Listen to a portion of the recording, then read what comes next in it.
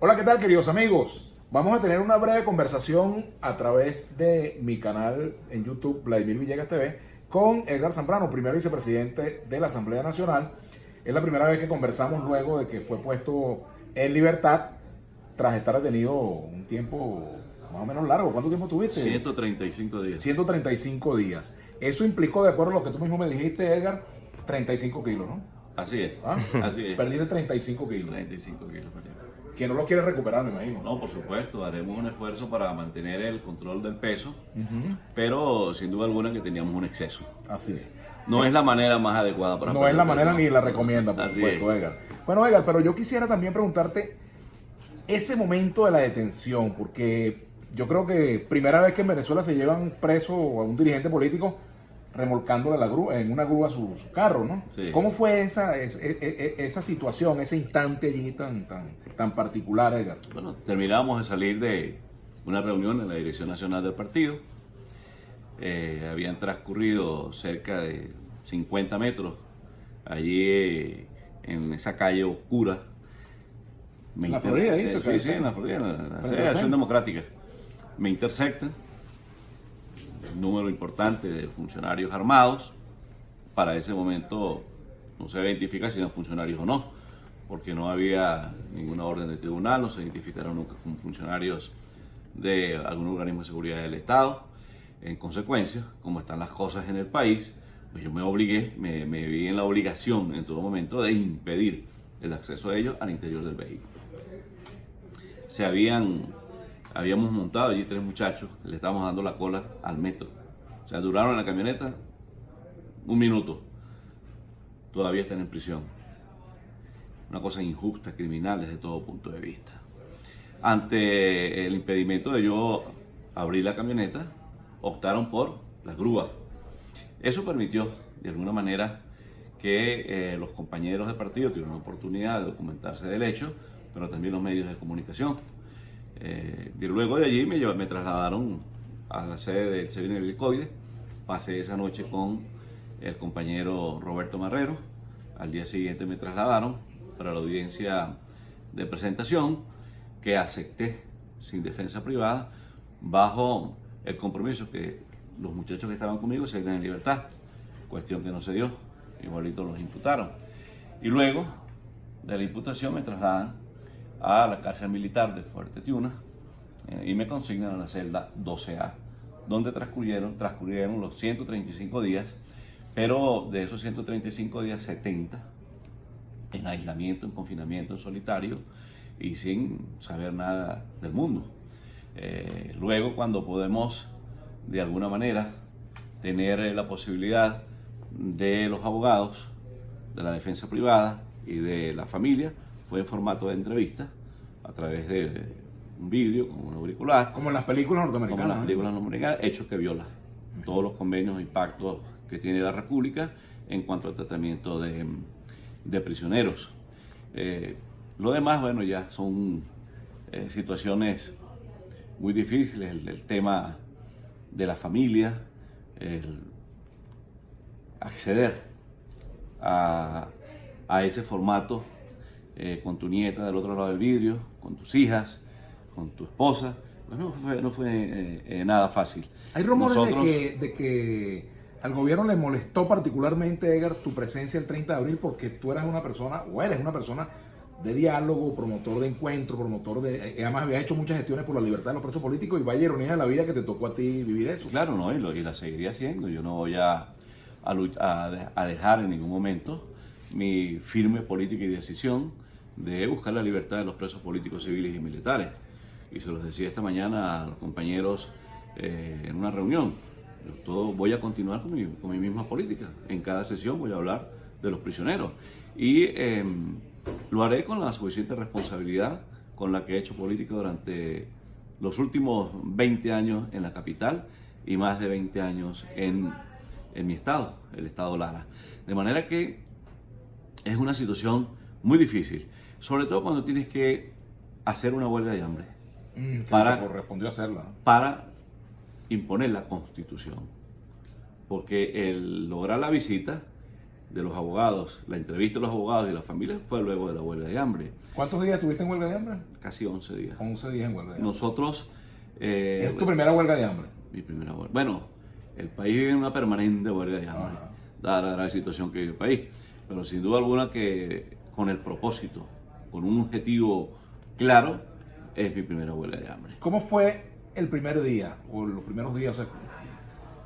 Los primeros días son la de huelga de mucha tensión, de mucha presión. Tienes allí permanentemente a los funcionarios llevándote la comida, haciendo su trabajo. Claro. Y luego de que tú ya entres en el ritmo, empiezas a administrarte. Fui hidratado el día 8, con pleno consentimiento de mi parte, y el día 70 llega el Ministerio Público. Posteriormente el día 72, la entrevista con los abogados, el día 74 la entrevista con mi familia, y el día 102 recibimos el primer libro. Hasta el día 102 no tuvimos acceso a ningún método. ¿Ningún funcionario del gobierno a alto nivel nada. fue a visitarte? No. ¿El fiscal general fue a visitarte? El Ministerio Público. ¿La defensoría, el defensor del pueblo no fue? No. El Ministerio Público. Solamente el ministerio, pero un El Ministerio fiscal Público. X, que no fue Tarek William. No. El Ministerio Público. Pero fue Tarek William Saab en persona. Sí. Sí, fue verte. Sí. ¿Y qué explicación te dio de la detención? No, tuvimos allí La discusión. Sí, la discusión, intercambio. Pero yo no quisiera hablar de eso, Claro. de esas cosas que les he mantenido Claro. en reserva.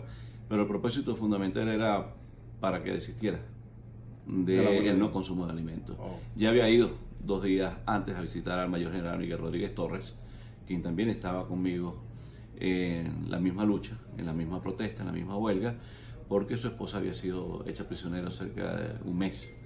Y ¿Volviste a saber de él después de...? sí, estamos de manera permanente ¿Qué en sabes de contacto Rodríguez a Torres, través- su salud? ¿Cómo está él? Todos están muy bien. Gracias General a Dios. Baduel, ¿sabes algo de General Sí, cómo Baduel? no, vecino. A mi derecha, a mi izquierda, Miguel, y a mi derecha, Raúl. ¿Pudieron conversar siempre? Nunca Miguel? pudimos coincidir. Conversábamos de celda a celda. De celda a celda. Pero nunca pudimos coincidir.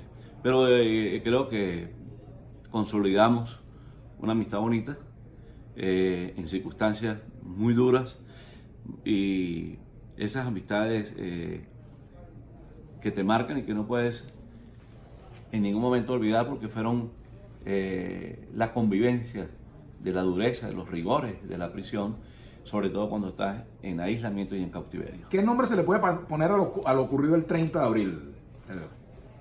Caramba. ¿Fue un golpe de Estado, un intento de golpe, una insurrección, una sublevación? ¿Qué fue? Yo creo que fue un episodio donde hubo protagonismo de algunos sectores de la oposición y del propio gobierno, que dejó correr esa situación. Porque tú te pones a evaluar cómo ocurrieron los hechos y encuentras demasiadas contradicciones, infinitas contradicciones. Yo te puedo decir que yo nunca me dirigí a ese sitio. Yo iba al aeropuerto de La Carlota, porque me dicen que hay una actividad en el aeropuerto de La Carlota.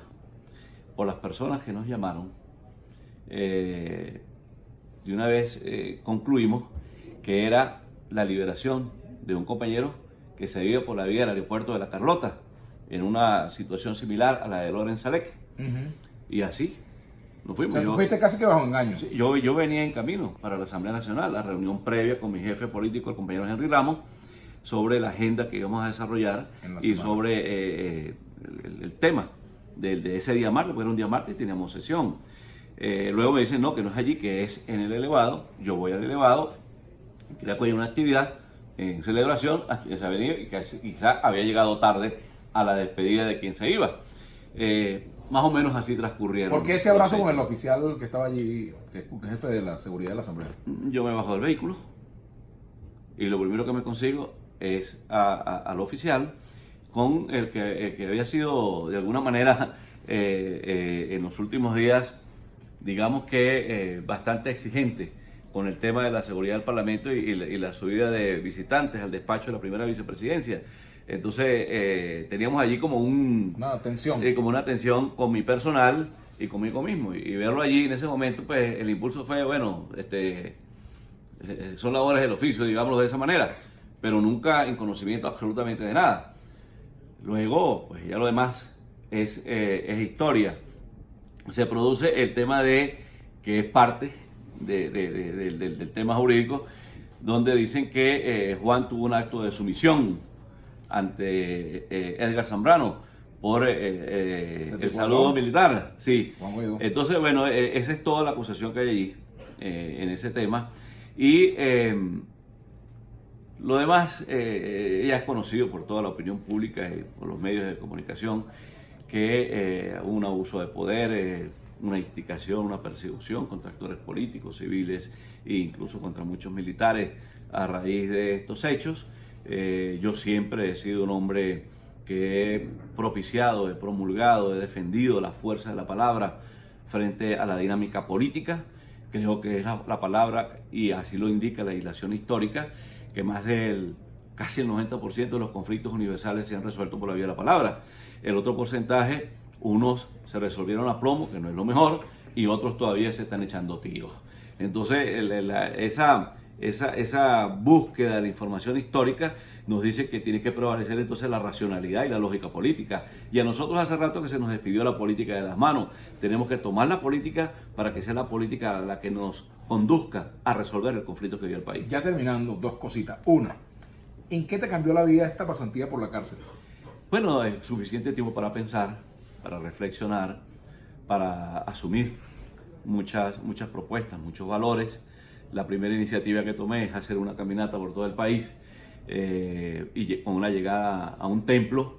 Hemos denominado caminatas de oración y fe por la paz de los venezolanos y la liberación de los presos políticos, civiles y militares. Eso como propósito. Luego aprendes a valorar la dimensión de la familia. La política te quita el tiempo de la familia. La política te inhibe de disfrutar situaciones, intimidades con la familia que no se pueden repetir. Y allí en el momento cuando estás con el vidrio, que ves tu familia, que hablas, que saben la situación dramática que están viviendo, que están pasando, porque no solamente sufre el prisionero, sufre la familia de quien está en prisión. Y aprendí a amar a mi familia con mayor profundidad, a valorarla, a mi esposa, a mis hijas, a mi nieta, a todos. Una palabra para Soraya Mejía, tu compañera, tu esposa.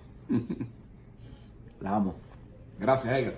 Gracias a ustedes, queridos amigos. Bueno, sigan en sintonía de Vladimir Villegas TV y bueno, no se pierda Vladimir a la una con Edgar Zambrano y con todos nuestros invitados de todos estos días. El tema de la familia mexicana.